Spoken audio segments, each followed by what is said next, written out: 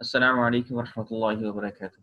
I welcome you all here in my YouTube channel, and this is Easy English with Shuja. And today we are going to discuss a very important topic of English language. This is present simple tense, and we have a clear concept of present simple tense altogether, but sometimes we have misconceptions of using this tense or all tenses as well. So I want to make you understand that we need to understand the concepts of all different tenses, so it is quite easier for all of us to understand each and every tense and to use that tense accordingly.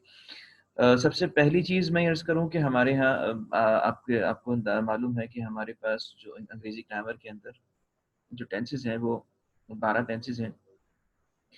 Present के 3 हैं, 4 हैं और past के 4 हैं और future के 4 tenses हैं। मेरे सामने यहाँ पर जो नज़र आ रहा है और आपको भी नज़र आ रहा है, प्रेजेंट सिंपल टेंस को हम डिस्कस करते हैं। प्रेजेंट सिंपल टेंस बात करता है आपके रूटीन की, रेगुलर वर्क की और इन चीज़ों की जो फैक्ट्स होती हैं बहुत वक्त तक बाकी रहते हैं, यूनिवर्सल ट्रूथ की। इसके अलावा रनिंग कमेंट्री की हम बात करते हैं तो प्रेजेंट सिंपल टेंस को इस्तेमाल किया जाता है। वो चीज़ें जो एक लंबे अरसे तक जारी रहती हैं, बरकरार रहती हैं, उनके लिए हम प्रेजेंट सिंपल टेंस को इस्तेमाल करते हैं। ये प्रेजेंट सिंपल टेंस का कॉन्सेप्ट है। मिसाल के तौर पे अगर मैं इसको उस तरीके से कहना चाहूँ कि हम रोज़ाना जो है कुछ कुछ काम रोज़ाना करते हैं, रोज़ाना अखबार पढ़ा जाता है, हम रोज़ाना उठते हैं, रोज़ाना नाश्ता करते हैं, अपने ऑफ़िस के लिए, स्कूल्स के लिए तैयार होते हैं और शाम में बच्चे रोज़ाना खेलते हैं या कोई वॉक करता है रोज़ाना। ये चीज़ें रूटीन में शामिल हैं। इस तरह हफ़्ते भर कोई हमारा प्रोग्राम होता है, कोई ड्रामा ऑनलाइन नशर होता है। कुछ लोग हफ्ते का दिन या इतवार के दिन उनकी छुट्टी होती है, उसमें वो क्रिकेट खेलते हैं। कुछ आउटिंग के लिए बाहर जाते हैं खाना-वाना खाने के लिए और वो भी उनका रूटीन है हर हफ्ते के एतबार से या वीकेंड के एतबार से, तो प्रेज़ेंट सिंपल टेंस को वो इस्तेमाल करेंगे। ऐसे ही जैसे मैंने अर्ज़ किया कि यूनिवर्सल ट्रुथ होता है। जैसे हम कहते हैं कि जो चौपाए हैं वो आमतौर पे घास खाते हैं। So we have a clear concept of present simple tense, and if we have this understanding in our mind, so we can easily use this tense according to the need. So we have to go to the definition, like I have discussed the definition as well, like for a repeated action, for facts. Uh, for facts, like facts क्या हैं, जैसे यहाँ पर example भी सामने आएगा। कुछ चीज़ें ऐसी हैं जैसे मैंने अर्ज़ किया कि जो अ, यानी चार पाँव के जानवर होते हैं, वो घास खाते हैं आमतौर पे। कुछ ऐसे भी हैं जो गोश्त खाने वाले भी हैं, शेर, चीता वगैरह। और इस तरीके से अब उनकी ये क्या चीज़ है, ये उनका एक फैक्ट है। हम उसको फैक्ट्स में लिखते हैं और प्रेज़ेंट सिंपल टेंस के लिए इस्तेमाल करते हैं। For example, if I want to make a sentence for lion, so lion eats meat, I must make a sentence like this. इस तरीके से जो चीज़ें मुस्तकिल बहुत अरसे तक रहती हैं, जैसे कि पहले अर्ज़ किया, कुछ स्टेट्स होती हैं हमारी, हमारी प्रॉपर्टी हो सकती है, कोई क्वालिटी होती है, प्रोफेशन हो सकता है, उसके लिए भी प्रेज़ेंट सिंपल टेंस को इस्तेमाल किया जाता है। हमारे पास जो फ़ॉर्मूला यहाँ मौजूद है, सब्जेक्ट और base form of verb. So base form of verb का मतलब क्या है? यानी हम यहाँ समझ लें कि base form of verb verb की वो फॉर्म जो पहली फॉर्म होती है, जो बुनियादी फॉर्म होती है, उसको हम बेस फॉर्म ऑफ वर्ब कहते हैं। प्रेजेंट सिंपल टेंस के अंदर उसको इस्तेमाल किया जाता है। सब्जेक्ट हम किसे कहते हैं किसी सेंटेंस के अंदर? तो subject, when we talk about the active voice के अंदर जब हम बात करते हैं तो डूअर ऑफ एन एक्शन जो है वो सब्जेक्ट कहलाता है सेंटेंस का। और इसी तरीके से हम ऑब्जेक्ट की बात करते हैं तो ऑब्जेक्ट वो है जो रिसीवर ऑफ एन एक्शन होता है, जिस पर एक्शन परफॉर्म किया जा रहा है, राइट? ज़रूरी नहीं कि सेंटेंस के अंदर ऑब्जेक्ट मौजूद हो, बाज़ औक़ात ऑब्जेक्ट नहीं भी होता। लेकिन हमारे पास वर्ब का होना सेंटेंस में ये सबसे ज़्यादा ज़रूरी होता है। हो सकता है कि बाज़ औक़ात सब्जेक्ट और वर्ब ही हो और हम सेंटेंस उसको कंप्लीट कहें, it is also possible.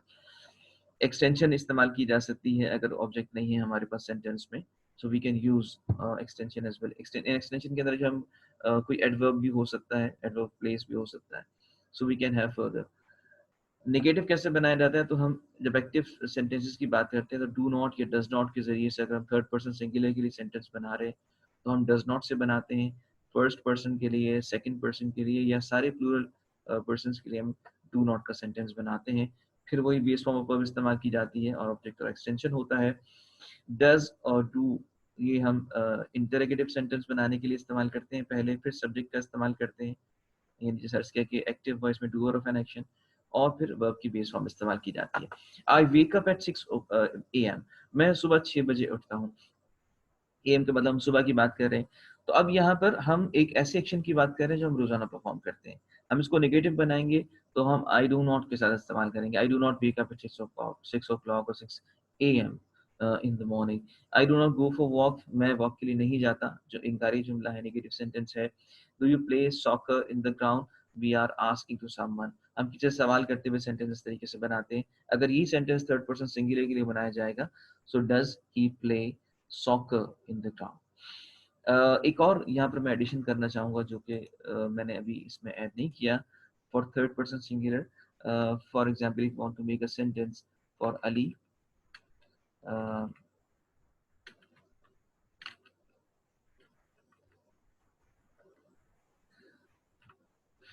Ali reads newspaper, और अली की जगह मैं कोई थर्ड पर्सन सिंगुलर में प्रोनाउन भी इस्तेमाल कर सकता हूँ, ही भी इसके लिए इस्तेमाल कर सकता हूँ। इसका नेगेटिव बनाऊंगा तो मैं अली डज नॉट, और इसको हम अगर हम वर्बल कम्युनिकेशन में इस्तेमाल करते हैं, डजंट भी इस्तेमाल किया जाता है, does not read news paper.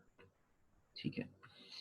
सो हम इस तरीके से थर्ड पर्सन सिंगुलर के लिए जब सेंटेंस बनाते हैं तो हम यहाँ पर उसमें एडिशन कर देते हैं एस का, जो आपको यहाँ नजर आ रहा है। एस या ई एस का एडिशन किया जाता है थर्ड पर्सन सिंगुलर के लिए जब हम वर्ब में चेंज लाते हैं, और ये चेंज जो है वापस हो जाता है, रेफर बैक हो जाता है जब हम बात करते हैं यानी इसको नेगेटिव बनाने की जब हम बात करते हैं, तो ये दोबारा से हमें प्रेजेंट सिंपल टेंस की जो बेस फॉर्म है उसकी तरफ रेफर कर देता है। हमें उसको इस्तेमाल करना पड़ता है बस वर्ब की बेस फॉर्म को।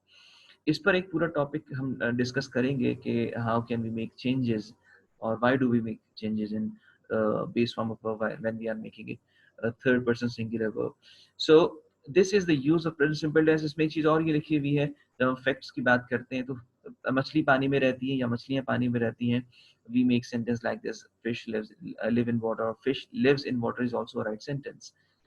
We survive in oxygen, हम यानी जो है रह सकते हैं ऑक्सीजन के अंदर। Sun rises from the east and sets in the past, वहाँ यहाँ पर फिर हम देखें एडिशन सेट्स और राइजेस का, यहाँ पर एस का एडिशन है, तो ये हमने यहाँ पर एडिशन किया। सो सूरज जो है वो निकलता है, चूंकि रोजाना की बात है तो रोजाना जो है वो तुलू होता है, रोजाना गुरूब होता है। ईस्ट ईस्ट से जो है वो निकलता है और वेस्ट में गुरूब होता है, इसके लिए हम प्रेजेंट सिंपल टेंस को इस्तेमाल करते हैं। तो जो बात समझने की है वो ये कि फैक्ट्स के लिए हम प्रेजेंट सिंपल टेंस को इस्तेमाल करते हैं। पानी जो है वो 100 डिग्री पे बॉयल होता है, प्रेजेंट सिंपल टेंस के जरिए से कहा जाएगा, क्योंकि एक यूनिवर्सल ट्रूथ है। इसी तरीके से और बहुत सारे एग्जांपल्स हमारे सामने। सो this is actually the understanding of present simple tense, and if you need to have more examples and need to have more lectures on the same topic, you must write down in the comment and do your comments over there. I'll go over there and read out and work according to the comments and the needs of you students. Thank you very much, students. Assalamu alaikum wa rahmatullahi wa barakatuh.